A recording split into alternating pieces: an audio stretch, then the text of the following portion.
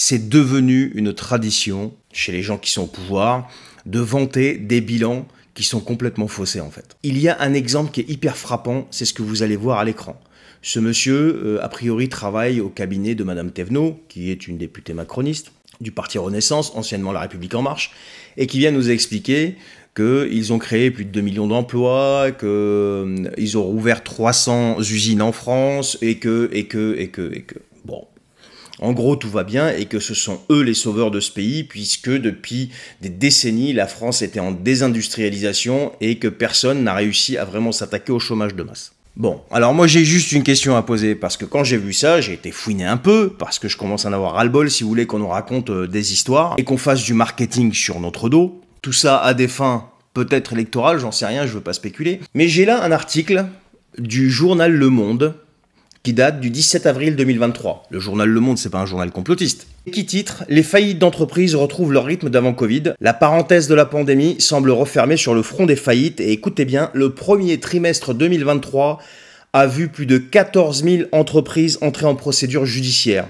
Un chiffre qui renoue avec la tendance à long terme.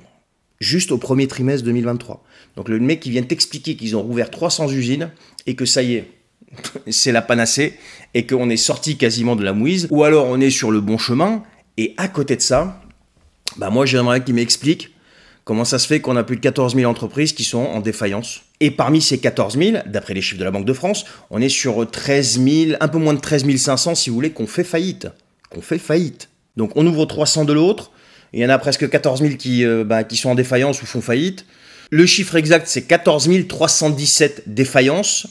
Écoutez bien, sur les 3 premiers mois de l'année 2023, soit une hausse de 43,6% par rapport à la même période en 2022. Et je vais m'arrêter là parce qu'il y en a tellement à dire. Et à côté de ça, le mec il vient de t'expliquer eh bien qu'il est fier. Et encore une fois, c'est pas de la fake news.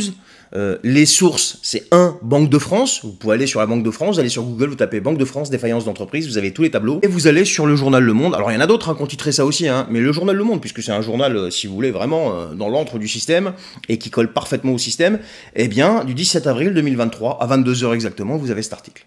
Halte au mensonge. Assumez pour une fois vos responsabilités. Venez devant les caméras et dites on s'est planté. Dites-le aux Français. Peut-être qu'à ce moment-là, par miracle, ils se mettront un petit peu à vous croire et commenceront à penser que vous êtes à minima, légèrement, peut-être un petit peu, tout un petit peu honnête. Voilà les amis, avant de terminer, allez vous abonner à mon canal Telegram, le lien est en bio. Je vous souhaite une excellente journée et à bientôt.